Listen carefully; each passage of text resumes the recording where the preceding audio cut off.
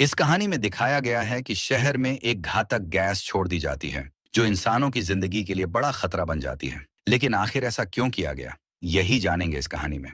कहानी की शुरुआत होती है ली यंग नाम के एक युवक से, जो टैलेंटेड तो था लेकिन बेरोजगार था। वह अपने माता पिता के साथ रहता था। कॉलेज के दिनों में ली एक रॉक क्लाइंबिंग टीम का लीडर हुआ करता था और कई प्रतियोगिताएं जीत चुका था। लेकिन इतनी मेहनत और टैलेंट के बावजूद उसे कोई नौकरी नहीं मिल पा रही थी। हर जगह से उसे बस रिजेक्शन ही मिल रहा था। उसकी बहन और भांजा अक्सर उसका मजाक उड़ाते थे कि वो कभी नौकरी नहीं पा सकेगा, जिससे ली अंदर ही अंदर बहुत टूट चुका था। अब मौका था उसकी माँ के 78वें जन्मदिन का। ली और उसकी बहन ने तय किया कि इस बार बर्थडे अच्छे से मनाया जाएगा। ली ने सुझाव दिया कि पास में एक शानदार होटल है, क्लाउड गार्डन, क्यों ना वहीं सेलिब्रेट करें। उसकी बहन को ये आइडिया पसंद आया और अगली ही सुबह सब लोग वहीं पहुंच गए। वहां परिवार के और रिश्तेदार भी आए हुए थे। लेकिन क्योंकि ली अभी भी बेरोजगार था, सब उसे ताने मारने लगे। ये सब बातें ली को बिल्कुल अच्छी नहीं लगी। तभी उसकी नजर एक वेट्रेस पर पड़ी और उसे देखते ही ली का चेहरा खिल उठा। वो वेट्रेस कोई और नहीं बल्कि उई थी, वही लड़की जो कभी ली के कॉलेज की क्लासमेट हुआ करती थी और बिल्कुल उसकी तरह एक शानदार रॉक क्लाइंबर भी थी। लेकिन पिछले 5 सालों से दोनों की कोई बात नहीं हुई थी। असल में ली को उई पहले से ही बहुत पसंद थी और यही वजह थी कि उसने अपनी माँ का बर्थडे इसी होटल में मनाने का प्लान बनाया था, क्योंकि उसे पहले से पता था कि उई यहीं काम करती है। जब ली की नजर उस पर पड़ी तो वो बहुत खुश हो गया, मानो जिसे वो लंबे वक्त से ढूंढ रहा था वो मिल गई हो। उई भी उसे देखकर हैरान रह गई। दोनों बाहर जाकर बात करने लगे। उई ने मुस्कुराकर पूछा, तो आजकल क्या कर रहे हो? ली को शर्म आई कि वो बेरोजगार है, इसलिए उसने झूठ बोल दिया, मैं एक बड़ी कंपनी में मैनेजर हूँ। वो नहीं चाहता था कि उई को उसकी सच्चाई पता चले। तभी उई का बॉस, जो हमेशा उस पर फ्लर्ट करता था, उसे बुलाता है। उई को ये बिल्कुल पसंद नहीं आता, लेकिन मजबूरी ये थी कि वो होटल उसके पिता का था और अगर वो बॉस की बात टालती तो शायद अपनी नौकरी खो देती।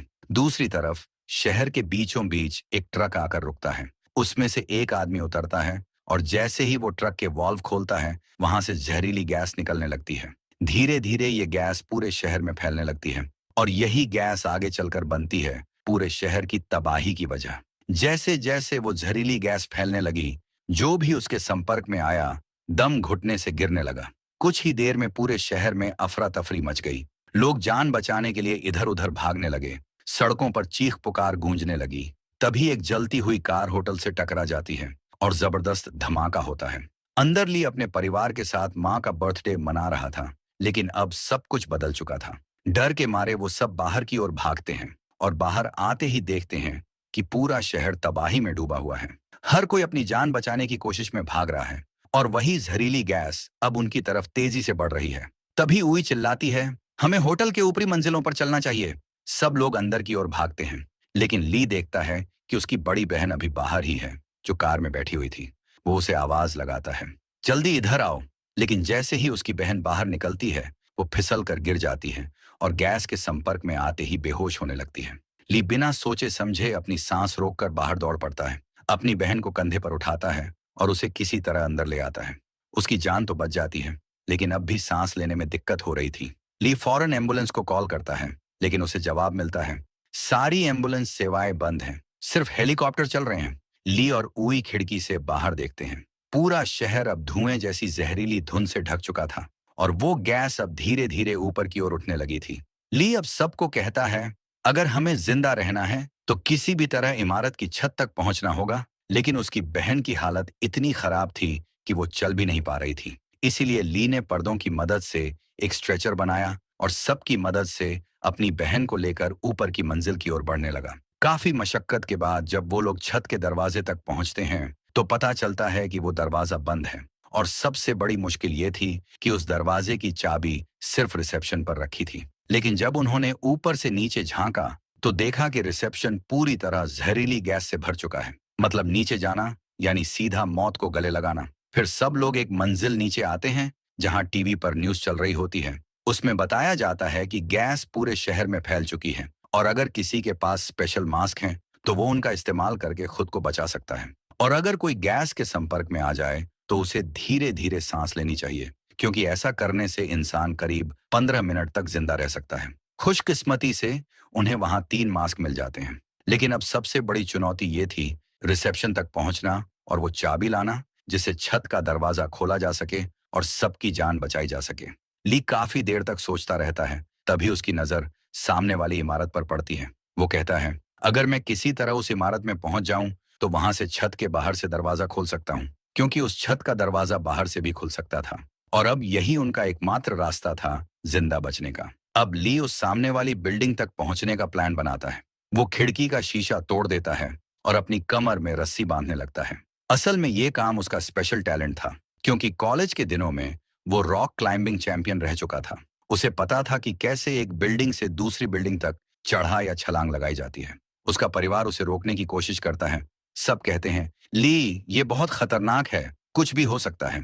लेकिन ली अब डरने वाला नहीं था। उसे पता था कि अगर उसने ये कदम नहीं उठाया तो सबकी जान खतरे में पड़ जाएगी। वो गहरी सांस लेकर लंबी छलांग लगाता है और किस्मत से सामने की बिल्डिंग के एक पाइप को पकड़ लेता है। वहां पहुंचकर वो रस्सी का दूसरा सिरा बांधता है और बिल्डिंग की दीवार के सहारे ऊपर चढ़ने लगता है। उसका कजिन नीचे से ये सब देखकर हैरान रह जाता है और मोबाइल निकालकर लाइव स्ट्रीमिंग शुरू कर देता है। ली लगातार ऊपर चढ़ता जा रहा था, लेकिन तभी उसकी रस्सी खत्म हो जाती है। यानी अब उसे बिना रस्सी के फ्री हैंड चढ़ना होगा।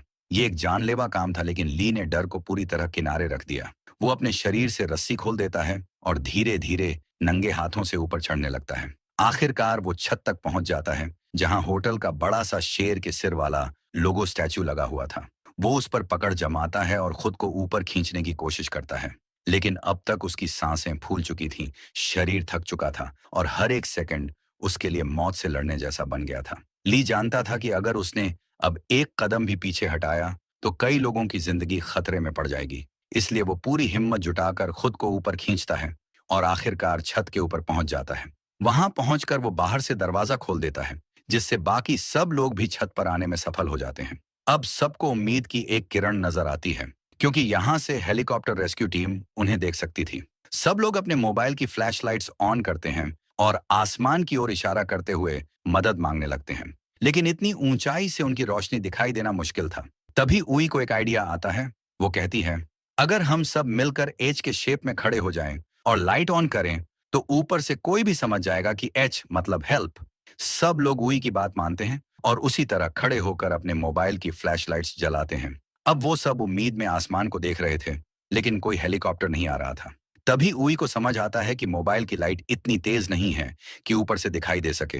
वो बिना वक्त गंवाए नीचे दौड़ती है और होटल के बड़े होर्डिंग बोर्ड की लाइट्स को ब्लिंक करने लगती है। अब ऊपर उड़ता हुआ हेलीकॉप्टर उस चमकती हुई लाइट को देख लेता है। पायलट तुरंत समझ जाता है कि कुछ लोग वहां फंसे हुए हैं और कुछ ही देर में हेलीकॉप्टर होटल की छत के ऊपर पहुंच जाता है। सब लोग खुशी से झूम उठते हैं। ऊपर से एक सेफ्टी प्लेटफॉर्म नीचे छोड़ा जाता है ताकि सबको एक एक करके रेस्क्यू किया जा सके। एक एक करके सब लोग सेफ्टी प्लेटफॉर्म में चढ़ने लगते हैं, लेकिन जब ली और उई की बारी आती है तो प्लेटफॉर्म ओवरलोड हो जाता है और अब उनमें जगह नहीं बचती। हेलीकॉप्टर बाकी सबको लेकर उड़ जाता है और अब ली और उई अकेले छत पर फंस जाते हैं। दोनों को उम्मीद थी कि हेलीकॉप्टर वापस आएगा, लेकिन तब तक जहरीली गैस ऊपर तक पहुंच चुकी थी। वो वहां ज्यादा देर नहीं रह सकते थे, इसलिए दोनों अपने पास बचे मास्क पहन लेते हैं और जो भी रस्सियां और जरूरी सामान था वो बैग में डालकर निकल पड़ते हैं। वो अपने शरीर को पूरी तरह कपड़ों से ढक लेते हैं, क्योंकि ये गैस इतनी खतरनाक थी कि त्वचा को भी जला सकती थी। अब दोनों नीचे सड़क पर उतरते हैं, लेकिन वहां चारों ओर बस धुंध जैसी जहरीली गैस फैली हुई थी। कुछ भी साफ दिखाई नहीं दे रहा था। वो भागते हुए एक और इमारत की छत पर पहुंचते हैं, लेकिन गैस वहां तक भी पहुंच चुकी थी। अब वो समझ जाते हैं कि अगर जिंदा रहना है तो उन्हें और ऊंची बिल्डिंग पर जाना होगा। दोनों मिलकर दूसरी इमारत की ओर बढ़ते हैं, जहां तक गैस अभी नहीं पहुंची थी। लेकिन अब उनके मास्क भी जवाब देने लगे थे, क्योंकि गैस के असर से फिल्टर चौक हो चुके थे। फिर भी उनके पास एक आखिरी मास्क बचा था। वो दूर देखते हैं, सामने एक और ऊंची बिल्डिंग थी, जहां पहुंचकर शायद वो दोनों बच पाए। अब बिना सोचे वो उसी दिशा में बढ़ते हैं, जिंदगी की आखिरी उम्मीद के साथ। अब दोनों सामने वाली इमारत तक पहुंचने के लिए रस्सी फेंकते हैं। पहले उई जाती है, क्योंकि उसका वजन हल्का था और उसे पार करने में ज्यादा ताकत नहीं लगेगी। वो बड़ी मुश्किल से दूसरी बिल्डिंग तक पहुंच जाती है। अब ली की बारी आती है। वो भी धीरे धीरे रस्सी पकड़कर आगे बढ़ता है। तभी जहरीली गैस वहां तक भी पहुंच जाती है, लेकिन ली ने मास्क पहना हुआ था, इसलिए वो किसी तरह बच जाता है। वहां से दोनों नीचे देखते हैं। सामने की इमारत में कई बच्चे फंसे हुए थे, जो जोर जोर से मदद के लिए चिल्ला रहे थे। ली और उई समझ जाते हैं कि अब उन्हें सिर्फ खुद को नहीं बल्कि इन बच्चों को भी बचाना है। वो एक एरो का निशान बनाते हैं जो बच्चों वाली बिल्डिंग की तरफ इशारा करता है, ताकि रेस्क्यू टीम को पता चल सके कि मदद की जरूरत कहाँ है। कुछ ही देर में हेलीकॉप्टर वहां पहुंच जाता है और सारे बच्चों को सुरक्षित बाहर निकाल लेता है। अब ली और उई को उम्मीद होती है कि अगली बार हेलीकॉप्टर उनके पास भी लौटेगा, लेकिन किस्मत को शायद कुछ और मंजूर था। पास ही के गैस स्टेशन में जोरदार धमाका हो जाता है। उससे गैस और भी तेजी से फैलने लगती है और अब वो उनकी तरफ बढ़ रही थी।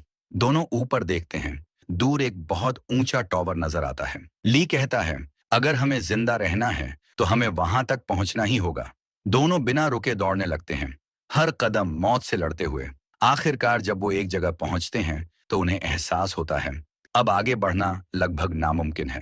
दोनों एक दूसरे को देखते हैं और आंखों में आंसू भर आते हैं। वो चुपचाप एक दूसरे को गले लगा लेते हैं, क्योंकि दोनों जानते थे शायद अब जिंदगी में ये उनका आखिरी पल साथ में है। और हाँ, यही वो पल था जब उन्हें एहसास हुआ कि वो एक दूसरे से हमेशा से प्यार करते थे, बस कभी कह नहीं पाए थे। अब वहां एक ड्रोन भी था जो उन्हें शूट कर रहा था। इसके जरिए पूरा शहर उन्हें लाइव देख रहा था और हर कोई उनके साहस को महसूस कर रहा था।